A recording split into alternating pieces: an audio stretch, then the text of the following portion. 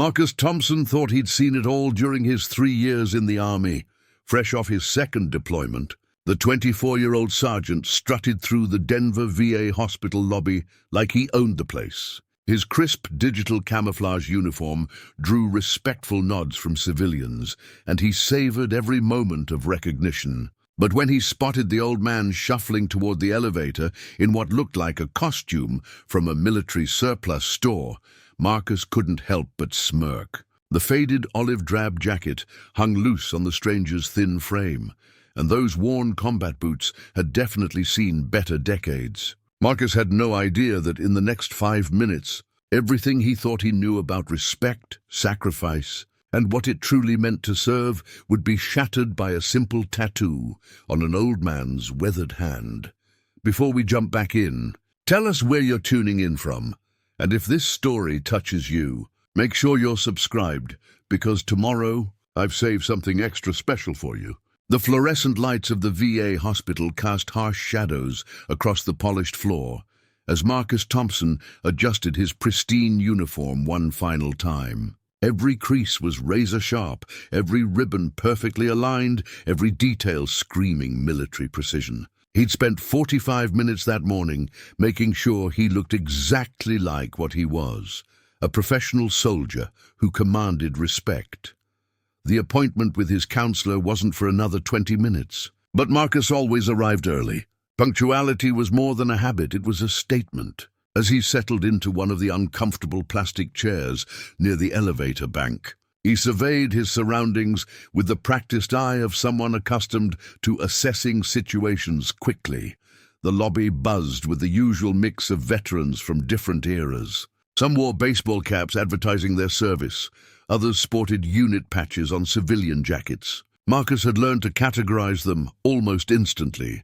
The Gulf War guys, with their confident swagger. The Iraq and Afghanistan veterans like himself, who carried themselves with alert tension. And then there were the older ones, the Vietnam vets, who seemed to move through the world like they were still apologizing for something.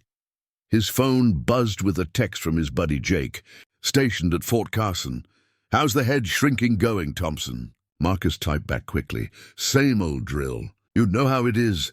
He didn't mention that these sessions were actually helping. That would have been admitting weakness, and weakness wasn't something Marcus Thompson allowed himself to display. Not after clawing his way up from a trailer park in eastern Colorado to sergeant stripes. Not after proving to everyone back home that he was more than just another kid from the wrong side of the tracks. The elevator dinged, and Marcus glanced up automatically. What he saw made him do a double take, and not in a good way. An elderly man emerged from the elevator, moving with the deliberate slowness of someone whose body had betrayed him long ago. But it wasn't his age that caught Marcus's attention. It was his outfit. The guy was wearing what appeared to be a vintage military uniform that looked like it belonged in a museum rather than on a living person. The olive-drab jacket was so faded it was almost grey in places, with patches of discoloration that suggested decades of wear. The fabric had that soft, worn quality that only came from being washed thousands of times. The pants were equally weathered, held up by a web belt that had seen better years. And those boots, Marcus had to suppress a laugh, those combat boots looked like they'd marched through every conflict since World War II. What really got to Marcus, though, was how the old man carried himself. There was no military bearing, no hint of the discipline that should have been drilled into anyone who'd actually served. Instead, he shuffled along like someone playing dress-up, like one of those wannabes who bought surplus gear to feel important. Marcus pulled out his phone and angled it slightly, trying to get a discreet photo. This was too good not to share with the guys back on base. Jake would get a kick out of seeing some old-timer playing soldier in clothes that probably predated the moon landing. But as he raised the phone, something made him pause. Maybe it was the way other veterans in the lobby were looking at the old man, not with amusement or disdain, but with something that looked almost like reverence. A Vietnam vet near the information desk actually stood up straighter when the old man passed, offering a subtle nod that was returned with equal gravity. Marcus lowered his phone, confusion replacing his initial mockery. Either these guys were all playing some elaborate joke, or there was something about this shuffling old man that he wasn't seeing. The elderly veteran made his way toward the seating area, and Marcus found himself studying the details more carefully. The uniform might have been ancient, but it was clean and pressed. Every button was properly fastened, every visible piece of gear positioned correctly. This wasn't someone playing dress-up. This was someone who still understood military standards, even if his body could no longer meet them. As the old man approached, Marcus caught sight of his face for the first time. Deep lines carved paths from the corners of tired eyes, and his skin had the weathered quality of someone who'd spent significant time outdoors in harsh conditions. But it was his expression that stopped Marcus cold. This wasn't the face of someone seeking attention or playing a role. This was the face of someone carrying weight that went far beyond physical.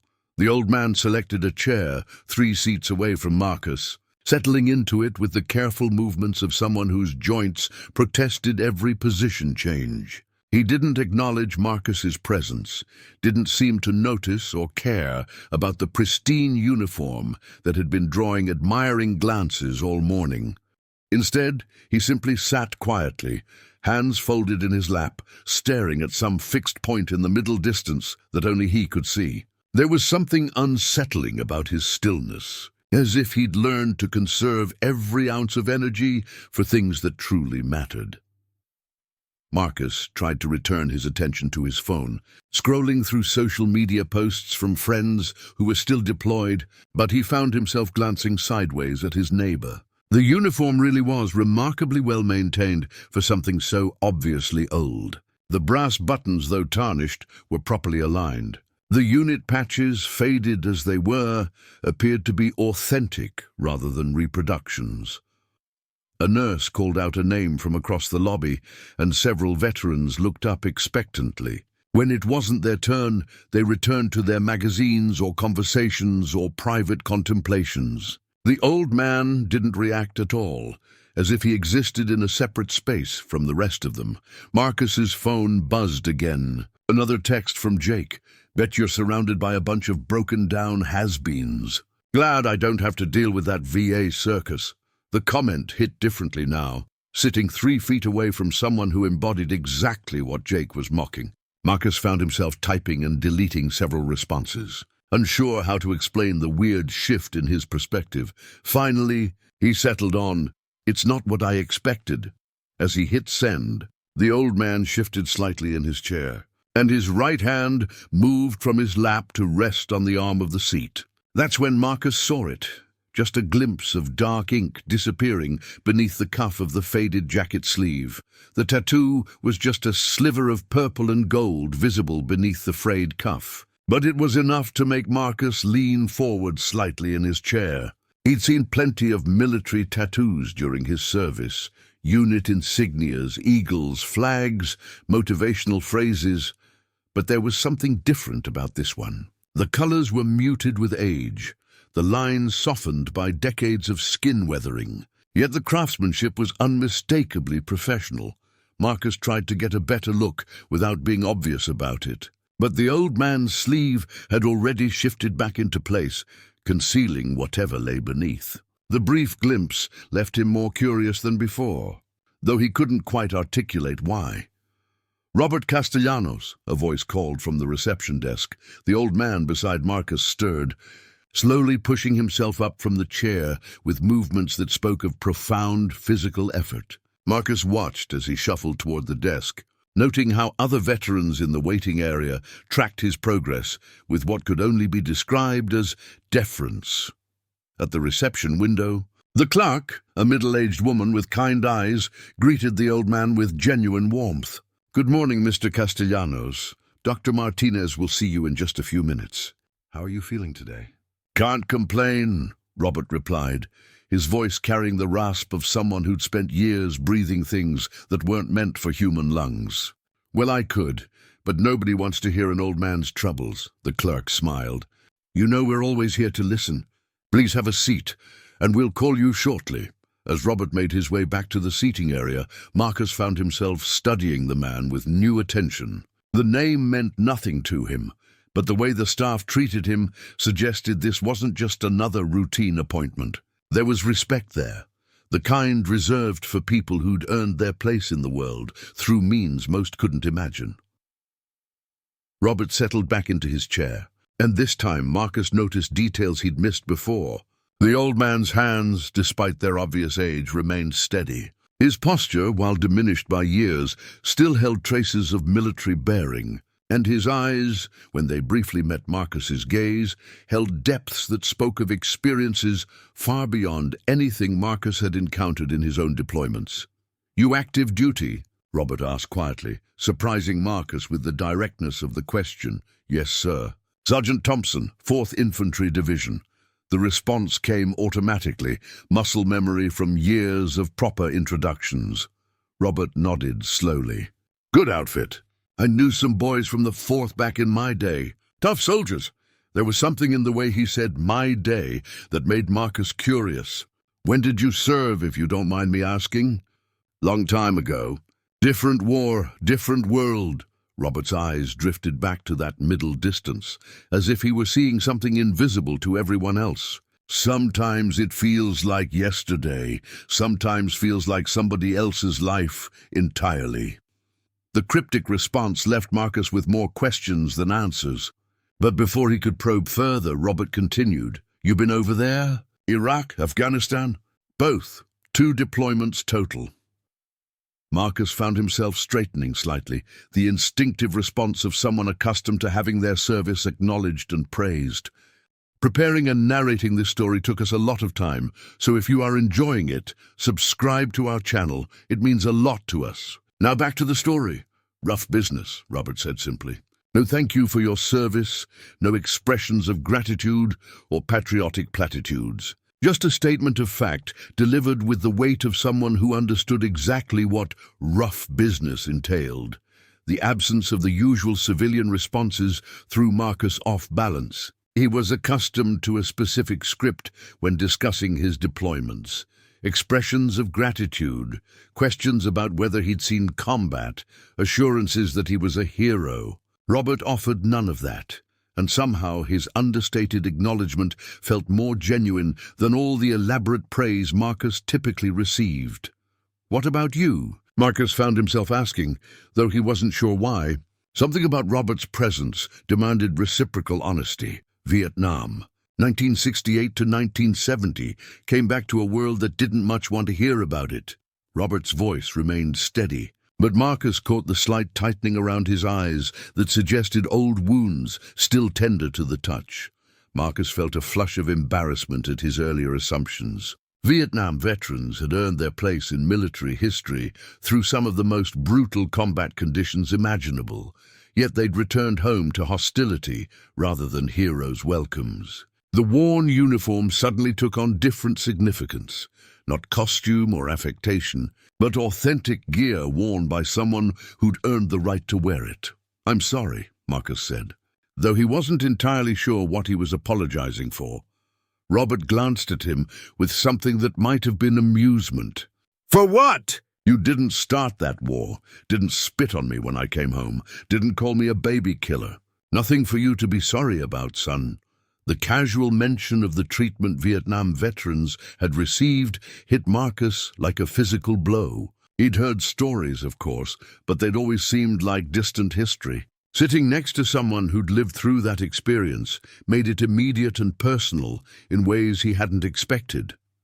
"Must have been hard," Marcus offered. "Feeling inadequate to the moment. Hard's relative. Getting shot at was hard. Watching friends die was hard. Coming home to people who thought we were the enemy, that was something else entirely." Robert shifted in his seat, and his right hand moved again to the armrest, revealing another glimpse of that mysterious tattoo. This time, Marcus caught more details. Definitely purple and gold, with what looked like the profile of a man's head in the center. The edges were elaborate, suggesting a design of considerable complexity and significance. It wasn't the kind of tattoo someone got on a whim or to make a fashion statement. This was commemorative ink, the kind that marked moments too important to trust to memory alone. "Robert Castellanos," the nurse called again. This time from the hallway leading to the examination rooms. Robert began the slow process of standing, and Marcus found himself rising as well, though he wasn't sure why. Military courtesy, perhaps, or something deeper, the recognition that he was in the presence of someone who'd walked roads he was only beginning to understand. As Robert moved past him toward the nurse, Marcus caught sight of more tattoo work, not just the one on his hand, but hints of larger pieces disappearing beneath his sleeves and collar. This wasn't someone with a single piece of memorial ink. This was someone whose body told a story, written in permanent reminders of things too significant to forget. "Take care of yourself." "Yes, Sergeant," Robert said as he passed, offering a slight nod that somehow conveyed more respect than any elaborate salute. "You too, sir," Marcus replied, meaning it more than he'd expected to. As Robert disappeared down the hallway, Marcus sank back into his chair, his mind churning with questions and assumptions that needed serious revision. The worn uniform, which had seemed like a joke 30 minutes earlier, now felt like sacred attire. The shuffling gait wasn't the result of playing dress-up, but the inevitable consequence of a body that had given everything in service to something larger than itself. And that tattoo, Marcus was becoming increasingly certain he knew what it was, though the implications made him uncomfortable in ways he couldn't fully articulate. Marcus Thompson sat alone in the waiting area, but his mind was anything but quiet. The brief conversation with Robert Castellanos had upended assumptions he hadn't even realized he'd been carrying. Vietnam veterans weren't abstract historical figures. They were real people who'd endured experiences that made his own deployments look like training exercises. His phone buzzed with another message from Jake. "Still stuck in the loony bin with the broken toys?" The crude humor that had seemed funny an hour ago now felt offensive and ignorant. Marcus stared at the message for a long moment before sliding his phone back into his pocket without responding. Something fundamental had shifted in his perspective, and he wasn't ready to examine it too closely. 20 minutes passed before Robert emerged from the examination room, moving with the same deliberate pace that had initially struck Marcus as theatrical. Now he recognized it for what it was, the careful navigation of someone whose body had absorbed damage that would never fully heal. Robert paused at the reception desk to schedule his next appointment, and Marcus found himself listening to fragments of the conversation. Words like pain management and psychological evaluation drifted across the lobby, clinical terms that somehow made the old man's struggles more real and immediate. When Robert finished at the desk, he turned toward the exit, but something made him pause. He looked directly at Marcus, studying him with eyes that seemed to see more than they should. "You got somewhere to be, Sergeant?" Robert asked. Marcus glanced at his watch. His own appointment wasn't for another 15 minutes. "Not really, sir. Walk with me if you don't mind. It's getting harder to make it to the parking garage on my own these days." The request caught Marcus off guard, but he found himself standing without hesitation. Of course. They made their way toward the elevator bank, Robert setting a pace that would have frustrated Marcus under normal circumstances. Today, however, he found himself matching the old man's rhythm without complaint, as if Robert's measured steps carried wisdom worth accommodating. "You remind me of myself at your age," Robert said as they waited for the elevator. "Thought I had the world figured out. Thought experience was just a matter of time served." The elevator arrived, and they stepped inside together. As the doors closed, Robert continued, "Took me years to understand that some lessons can't be taught. They have to be lived." The parking garage was dimly lit and nearly empty, their footsteps echoing off concrete walls that seemed to amplify every sound. Robert led them toward a corner where an ancient pickup truck sat alone, its paint faded to a color that might once have been blue. "This is me," Robert said, fishing keys from his pocket with hands that trembled slightly. The simple task seemed to require significant concentration, and Marcus found himself fighting the urge to offer assistance. As Robert worked with the keys, his sleeve rode up slightly, and Marcus caught another glimpse of the tattoo. This time he saw enough to confirm his growing suspicions. The purple and gold design was indeed what he'd begun to suspect. A Purple Heart, the military decoration awarded to those wounded or killed in combat. But this wasn't just any Purple Heart tattoo. The detail work was extraordinary, with intricate shading and design elements that suggested both artistic skill and deep personal significance. Around the central medal design, Marcus could make out additional elements, names, dates, symbols that clearly held meaning beyond mere decoration. "You're staring," Robert observed. Though his tone held no accusation, Marcus flushed with embarrassment. "I'm sorry. I just noticed your tattoo, and I was wondering if it means what you think it means." Robert finished. He set the keys on the truck's hood and slowly rolled up his right sleeve, revealing the full artwork for the first time. The tattoo covered most of Robert's forearm, a masterpiece of memorial ink that took Marcus's breath away. The Purple Heart dominated the center, but it was surrounded by a complex arrangement of names, dates, and military symbols. Marcus recognized unit insignias, battlefield locations, and what appeared to be a timeline of service stretching across 2 years of combat. But it was the names that hit him hardest. Dozens of them, arranged in careful script around the medal's perimeter. Each one represented a life lost, a friend who hadn't made it home, a memory too precious to trust to the fallibility of human recollection. "Jimmy Kowalski, 19 years old. Took shrapnel in his chest trying to pull me out of a rice paddy," Robert said, pointing to one name. "Maria Santos, medic from El Paso. Died trying to save a kid who stepped on a mine. David Chen, engineer from San Francisco. AED got him 3 days before he was supposed to rotate home." Each name came with a story, delivered in Robert's steady voice as he traced the carefully rendered letters with a finger weathered by decades of living with survivor's guilt. "This one here," Robert continued, indicating a section near his wrist, "that's for the ones whose names I never learned. The ARVN soldiers who died fighting alongside us, the civilians caught in crossfire, the kids who were in the wrong place when the mortars started falling." Marcus stared at the tattoo in stunned silence. This wasn't just body art. It was a memorial garden carved into living flesh, a permanent reminder of sacrifice and loss that went far beyond anything he'd imagined. "The Purple Heart itself," Robert said, rolling his sleeve higher to reveal even more of the design. "That's for the pieces of metal I'm still carrying around in my chest and leg. Souvenirs from a firefight outside of Khe Sanh that lasted 14 hours and left half my platoon in body bags." The casual mention of carrying shrapnel in his body hit Marcus like a physical blow. He'd known intellectually that Vietnam veterans had endured horrific combat. But sitting in an air-conditioned parking garage, listening to first-hand accounts, made it real in ways no history book ever could. "Why tattoo it?" Marcus asked, surprising himself with the question. "I mean, why not just remember?" Robert looked at him with something approaching pity. "Because remembering isn't enough, son. Memory fades, gets soft around the edges. Pain becomes manageable, trauma becomes stories you tell at barbecues. But ink doesn't lie. Ink doesn't forget.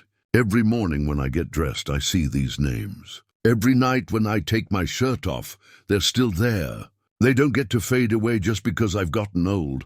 He rolled his sleeve back down, covering the memorial, but not its impact. Marcus stood in the parking garage's artificial twilight, feeling like he'd been sucker-punched by reality.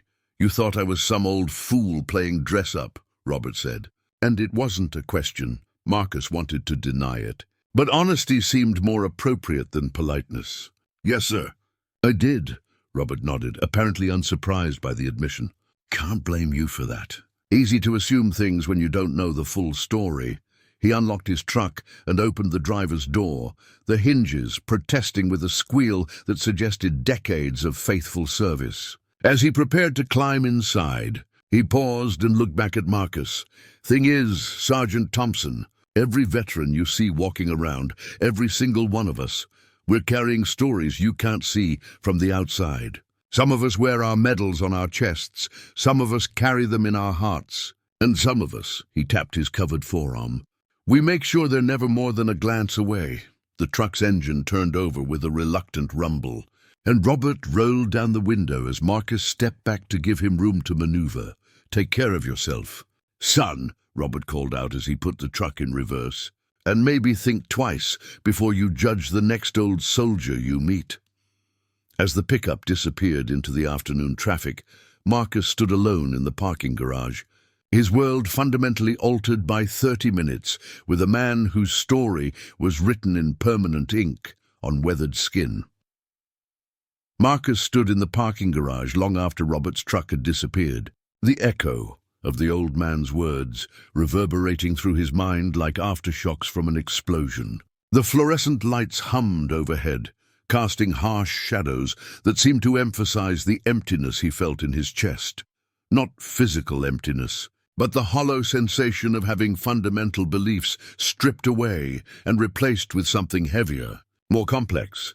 His appointment was in 5 minutes, but he couldn't bring himself to move. The carefully constructed identity he'd built over 3 years of military service, the confident sergeant who'd seen combat and earned his stripes through competence and courage, suddenly felt like a costume as artificial as he'd initially assumed. Robert's uniform to be, the irony wasn't lost on him. He'd mocked an old man for playing dress-up while wearing his own uniform like armor against self-doubt, a shield that protected him from acknowledging how little he actually understood about the true cost of service.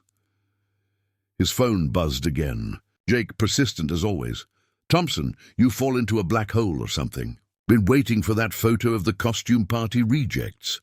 Marcus stared at the message for a long moment, then began typing. Change of plans. Not sending any photos. These guys have earned better from us. The response came immediately. WTF? You going soft on me, bro? It's just harmless fun. Nothing harmless about disrespecting people who've sacrificed more than we'll ever know, Marcus typed back. Then added, maybe we should talk when I get back to base. He powered off the phone before Jake could respond, not trusting himself to handle whatever sarcastic comeback his friend would inevitably send. Some conversations required face-to-face honesty, and this would be one of them. The elevator ride back to the lobby felt different now, as if he was seeing everything through altered lenses. Veterans who'd appeared unremarkable an hour earlier now commanded his attention in ways he couldn't ignore. The Vietnam vet near the information desk wasn't just an old man. Killing time, he was someone whose story likely included chapters that would make Marcus's deployment. Experiences seemed like training exercises. A middle-aged woman in civilian clothes sat reading a magazine. But Marcus noticed the subtle tells, the military posture, the way she scanned the room periodically, the small unit pin on her jacket lapel. Another story walking around in plain sight, invisible to anyone who didn't know how to look. Marcus Thompson, the receptionist called, pulling him from his observations. Dr. Sarah Martinez greeted him with the same professional warmth she'd shown for the past 6 months. But today, Marcus felt like he was meeting her for the first time. How many veterans had sat in this same chair, carrying burdens that made his own struggle seem manageable by comparison? How are you feeling today, Marcus? She asked, settling into her chair with the practiced ease of someone who'd conducted this ritual thousands of times. For 6 months, he'd given variations of the same answer. Fine, managing, getting better. Today, honesty seemed more appropriate. Confused, he said, surprising them both. I met someone in the waiting room who made me realize how little I understand about a lot of things.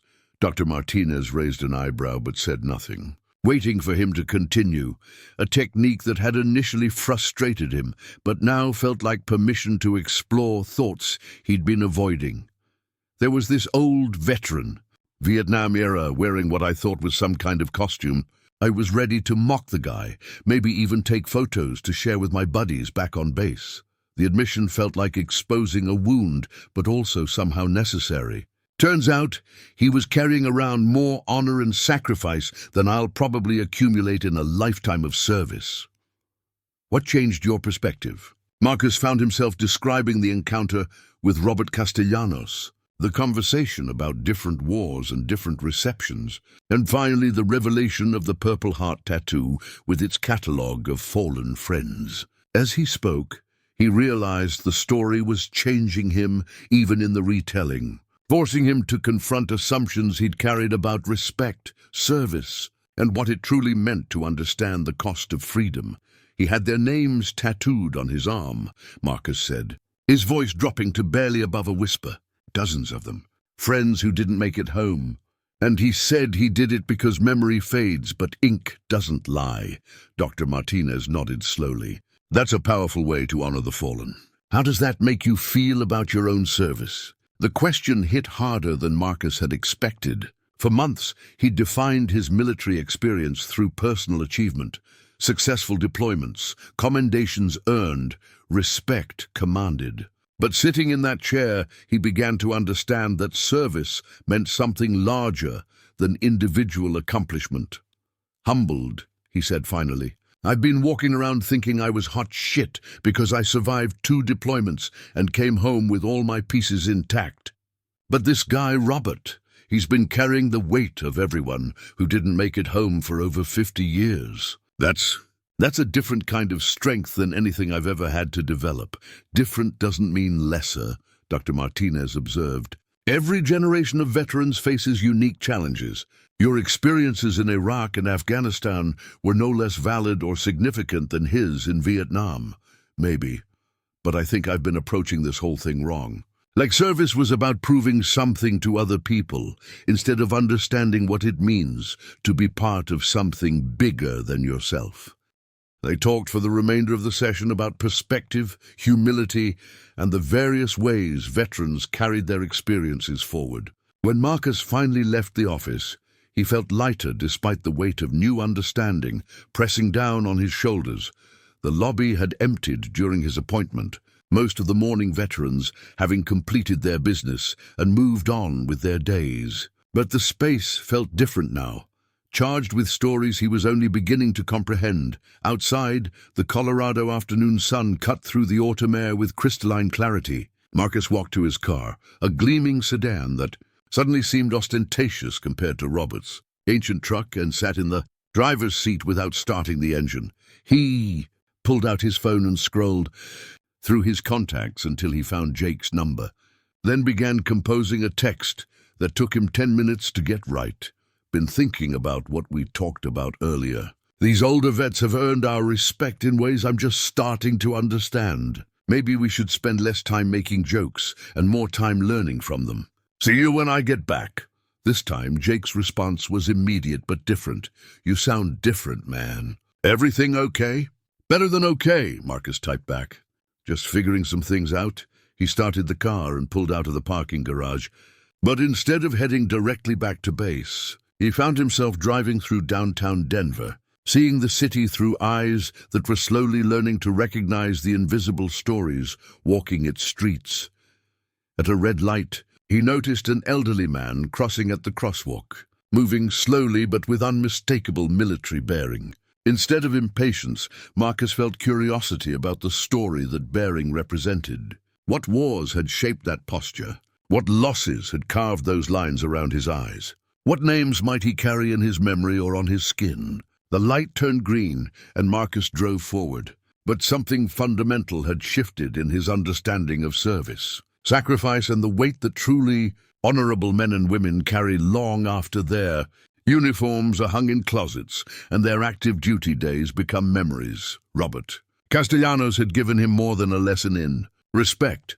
He'd provided a glimpse into what it meant to serve, not for recognition or personal glory, but for something larger than oneself, something worth carrying forward, even when the world seemed determined to forget. 3 weeks after his encounter with Robert Castellanos, Marcus Thompson found himself sitting in a dive bar called Murphy's on the outskirts of Denver, nursing a beer he didn't really want while watching Jake Morrison demolish a plate of wings across from him. His friend had driven down from Fort Carson for what he'd assumed would be their usual evening of complaints about Army bureaucracy and speculation about their next assignments.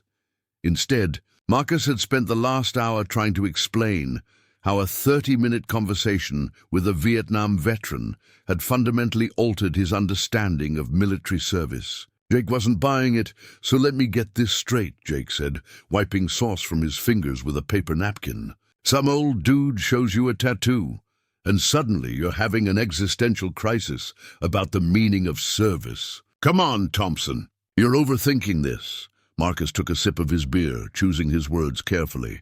Over the past 3 weeks, he'd attempted this conversation with several friends from his unit, each time meeting similar resistance. It was as if he'd crossed some invisible line that separated his old perspective from something his peers weren't ready to acknowledge. It wasn't just a tattoo, Jake. It was a memorial to 37 people who died in combat. This guy has been carrying their names on his skin for 50 years because he couldn't bear the thought of their sacrifice being forgotten. Okay, that's heavy, I get it. But what does that have to do with us? We're not Vietnam vets. We're dealing with different wars, different enemies, different circumstances. The response frustrated Marcus more than it should have, partly because it echoed his own initial reaction to Robert's story. 3 weeks of reflection had shown him how shallow that reasoning was. But articulating the deeper truth proved more difficult than he'd anticipated. The circumstances change, but the weight doesn't, Marcus said finally. Every generation of soldiers carries the same burden, the responsibility to honor the ones who didn't make it home. I don't think I understood that before. Jake leaned back in his booth, studying Marcus with the expression of someone trying to solve a puzzle. You've been acting weird ever since that VA appointment. Your sergeant's been asking questions about whether you're having adjustment issues. The comment hit Marcus like cold water. He'd been so focused on processing his internal changes that he hadn't considered how they might appear to others. Military culture didn't reward philosophical introspection, and his newfound respect for veteran experiences could easily be misinterpreted as psychological instability. There's nothing wrong with me, Jake. If anything, I'm seeing things more clearly than I have in years. Yeah? Well, from the outside, it looks like you're developing a case of survivor's guilt or something. Maybe you should talk to your therapist about dialing back the intensity. The suggestion stung because it contained just enough truth to be uncomfortable. Marcus had been examining his own combat experiences through the lens of Robert's stories, questioning whether his relatively minor encounters with enemy fire had earned him the right to call himself a combat veteran. Compared to 14-hour firefights that left half a platoon dead, his own war stories seemed almost trivial. But that wasn't survivor's guilt, it was perspective. The problem was that perspective wasn't always welcome in an environment that thrived on confidence and certainty. Maybe I should introduce you to Robert, Marcus said, pulling out his phone. Over the past 3 weeks, he'd found himself driving past the VA hospital several times, hoping to encounter the old veteran again. Yesterday, he'd finally worked up the courage to ask the reception desk for contact information, explaining that he wanted to thank Robert for their conversation. You got his number? Jake asked, skepticism evident in his voice. He gave it to me yesterday. Said young soldiers were always welcome to call if they had questions about military history. Marcus scrolled through his contacts until he found the entry. Robert Castellanos, Purple Heart.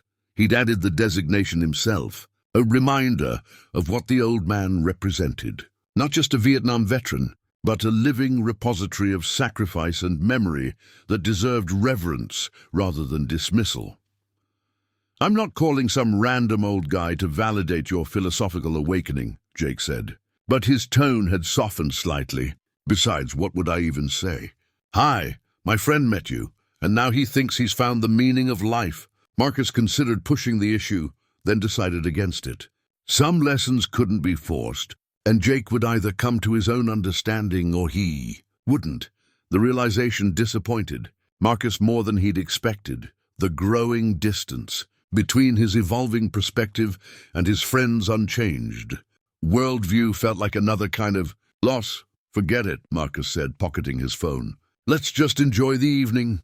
but the conversation had shifted something between them, creating a subtle tension that hadn't existed before. They finished their drinks in relative silence, talking about safe topics like upcoming training exercises and mutual friends from their unit. When Jake finally suggested they call it a night, Marcus felt relieved rather than disappointed. Outside Murphy's, they stood by their cars in the parking lot's yellow glow, the October air carrying hints of the winter that would soon settle over Colorado. Jake seemed to be working up to saying something, his expression unusually serious. "Look, Thompson, I don't understand what's going on with you lately, but you're my friend. If you're dealing with some kind of post-deployment stuff, there's no shame in getting help. We've all got our struggles." The genuine concern in Jake's voice caught Marcus off guard. He'd been so focused on his friend's resistance to deeper conversations that he'd missed the worry underneath. "I appreciate that, Jake. I really do. But this isn't about struggling with what I've been through. It's about understanding what others have been through and realizing how much I still have to learn." Jake nodded, though Marcus suspected he didn't really understand the distinction.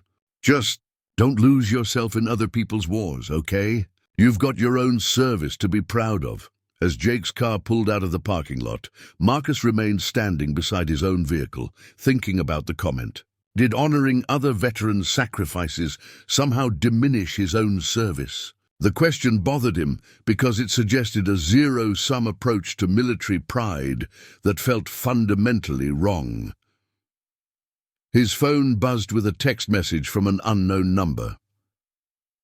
"Sergeant Thompson, this is Robert Castellanos. The nurse at the VA gave me your contact information. I've been thinking about our conversation and wondered if you might be interested in joining me for coffee sometime. There are some people I'd like you to meet." Marcus stared at the message for a long moment, surprised by how much the invitation meant to him. Over the past 3 weeks, he'd found himself increasingly isolated by his changing perspective, as if personal growth had created a barrier between him and his military peers. He typed back quickly, "I'd be honored, sir." "When and where?" The response came within minutes. "Tomorrow afternoon, 2 p.m., Veterans Memorial Park on Colfax. There's a bench near the Vietnam Wall replica where some of us gather most days. Fair warning, we're a talkative bunch when we get started." Marcus smiled as he read the message, feeling something he hadn't experienced in weeks. Anticipation rather than frustration at the prospect of discussing military service with people who understood its deeper meanings. "I'll be there," he replied, then added, "Thank you for reaching out. Thank you for listening," came Robert's final response. Not many young soldiers take the time anymore. As Marcus drove back toward Fort Carson, he found himself looking forward to tomorrow afternoon with an eagerness that surprised him. For 3 weeks, he'd been trying to explain his evolving understanding to people who weren't ready to hear it. Tomorrow, he would have the opportunity to learn from people who'd been carrying these truths for decades. Veterans Memorial Park stretched across 3 acres of carefully maintained grass and walking paths, with monuments honoring conflicts spanning from the Revolutionary War to the ongoing operations in the Middle East. Marcus arrived 15 minutes early, a habit that had served him well throughout his military career, and spent the extra time studying the Vietnam Wall replica that dominated the park's eastern section. The black granite surface reflected his image as he traced names carved into the stone, each one representing a life cut short by war. He thought about Robert's tattoo and the deliberate choice to carry those memories on living skin rather than trusting them to marble and bronze. Both approaches served the same purpose, ensuring that sacrifice wasn't forgotten, but the personal nature of Robert's memorial felt more immediate, more urgent. At exactly 2 o'clock, Marcus spotted Robert approaching from the parking area, but he wasn't alone. 3 other elderly men walked with him, their conversation animated, despite the deliberate pace necessitated by age and old injuries. As they drew closer, Marcus could see the unmistakable bearing that marked them all as veterans. Regardless of which conflicts had shaped their service, "Sergeant Thompson," Robert called out as they reached the bench area. "Glad you could make it. I'd like you to meet some friends of mine." The introductions that followed felt like a roll call of American military history. Frank Kowalski had served in Korea during the winter of 1950, surviving the retreat from Seoul and carrying frostbite scars that still ached during cold weather. Miguel Santos was a Gulf War veteran who'd driven fuel trucks through chemical weapon alerts and burning oil fields. David Williams had done 3 tours in Afghanistan as a special operations medic before retiring as a master sergeant just 2 years ago. "Robert told us about your conversation at the VA," Frank said, as they settled onto benches arranged in a rough circle. "Said you might be interested in hearing some stories that don't make it into the official histories." Marcus nodded, unsure what to expect, but certain that whatever these men had to share would be worth hearing. Over the next 2 hours, he listened to accounts that ranged from harrowing combat experiences to quiet moments of humanity that had sustained them through impossible circumstances. Frank described Christmas Eve 1950, when his unit shared their last can of beans with a group of Korean refugees fleeing south. Miguel talked about the strange beauty of oil fires burning against desert stars and how that image had haunted him for 30 years. David shared stories about treating Afghan children injured by roadside bombs and the moral complexity of providing medical care in a war zone where distinguishing between combatants and civilians often proved impossible. But what struck Marcus most powerfully wasn't the drama of their war stories. It was the way they talked, about the responsibility of bearing witness to history. Each man had spent decades processing experiences that couldn't be adequately explained to people who hadn't lived them. Yet they continued trying because someone needed to preserve those truths. "The thing people don't understand," Miguel said, "is that we don't tell these stories to relive the glory days or seek sympathy. We tell them because somebody has to remember what really happened, not just the sanitized version that makes everyone feel comfortable." "Every war produces official narratives," David added. "Mission accomplished, objectives achieved, strategic goals met. But the human cost gets lost in all that bureaucratic language. Our job is to make sure the human part doesn't disappear." Robert, who had remained largely quiet during the others' stories, finally spoke up. "That's why I was glad to meet you, Marcus. Young veterans like yourself have a choice to make. You can treat your service like a line on a resume, something that proves you're tough and deserving of respect. Or you can understand it as part of a continuum, a responsibility to carry forward the memory of everyone who's worn the uniform." The comment forced Marcus to examine his own motivations for military service.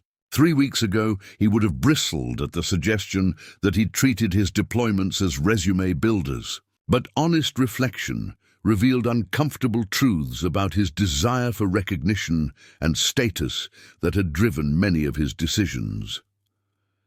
"I think I've been approaching this all wrong," Marcus admitted. "I've been so focused on what my service meant for me that I never considered what it meant in the larger context of military history." "Nothing wrong with taking pride in your accomplishments," Frank said kindly. "But pride becomes arrogance when it blinds you to the sacrifices that made your service possible. Every generation of soldiers stands on the shoulders of the ones who came before."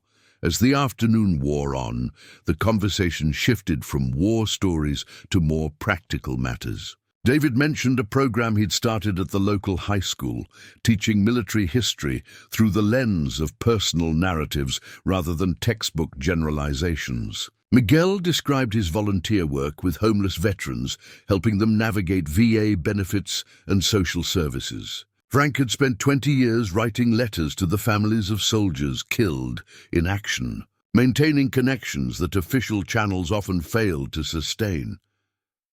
"The military teaches you to complete the mission," Robert explained, "but they don't always clarify what the mission becomes after you take off the uniform.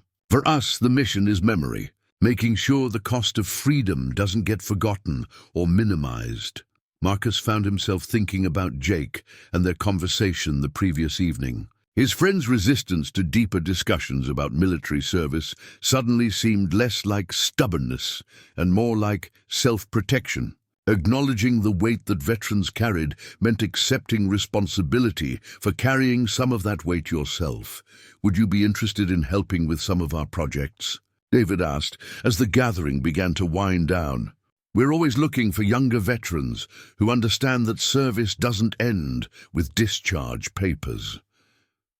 The invitation felt like an honor Marcus wasn't sure he'd earned, but he accepted without hesitation. Over the past month, he'd been searching for ways to channel his evolving understanding of military service into something meaningful. These men had spent decades figuring out how to honor the fallen while serving the living, exactly the kind of purpose Marcus had been seeking. As they prepared to leave, Robert pulled Marcus aside for a private word. "I want to show you something," he said, rolling up his left sleeve to reveal another tattoo Marcus hadn't seen before. This one was simpler than the Purple Heart Memorial, just a single date rendered in bold numerals, April 15th, 1969. "That's the day I realized I was going to survive Vietnam," Robert explained. "Not because the fighting stopped or because I got lucky. I survived because I understood that living through something like that meant I had obligations to the ones who didn't make it home." He rolled his sleeve back down, covering the date but not its significance. "That obligation never ends, Marcus. It just changes form as you get older and hopefully wiser." Marcus drove back to Fort Carson that evening with a sense of purpose he hadn't felt since his initial decision to enlist. The distance he'd been feeling from his military peers no longer seemed like isolation. It felt like the natural consequence of outgrowing perspectives that had once seemed adequate but now revealed themselves as insufficient. His phone showed 3 missed calls from Jake, probably wondering how the meeting with the random old guy had gone. Marcus would call him back tomorrow, and maybe this time he'd find better words to explain what he'd learned about the difference between wearing a uniform and understanding what it represented. For now, though, he was content to drive through the Colorado evening, thinking about dates that marked transformations, names that demanded remembrance, and the weight that truly honorable people chose to carry long after the world had moved on to other concerns. The young soldier who had mocked an old man's uniform 3 weeks ago no longer existed. In his place sat someone who understood that respect wasn't something you demanded. It was something you earned through service to something larger than yourself, and something you demonstrated through how you honored those who had served before you. The Purple Heart tattoo had been more than a revelation about Robert Castellanos. It had been a mirror, reflecting back everything Marcus needed to learn about what it truly meant to be a soldier. Up next, you've got 2 more standout stories right on your screen. If this one hits the mark, you won't want to pass these up. Just click and check them out. And don't forget to subscribe and turn on the notification bell so you don't miss any upload from us.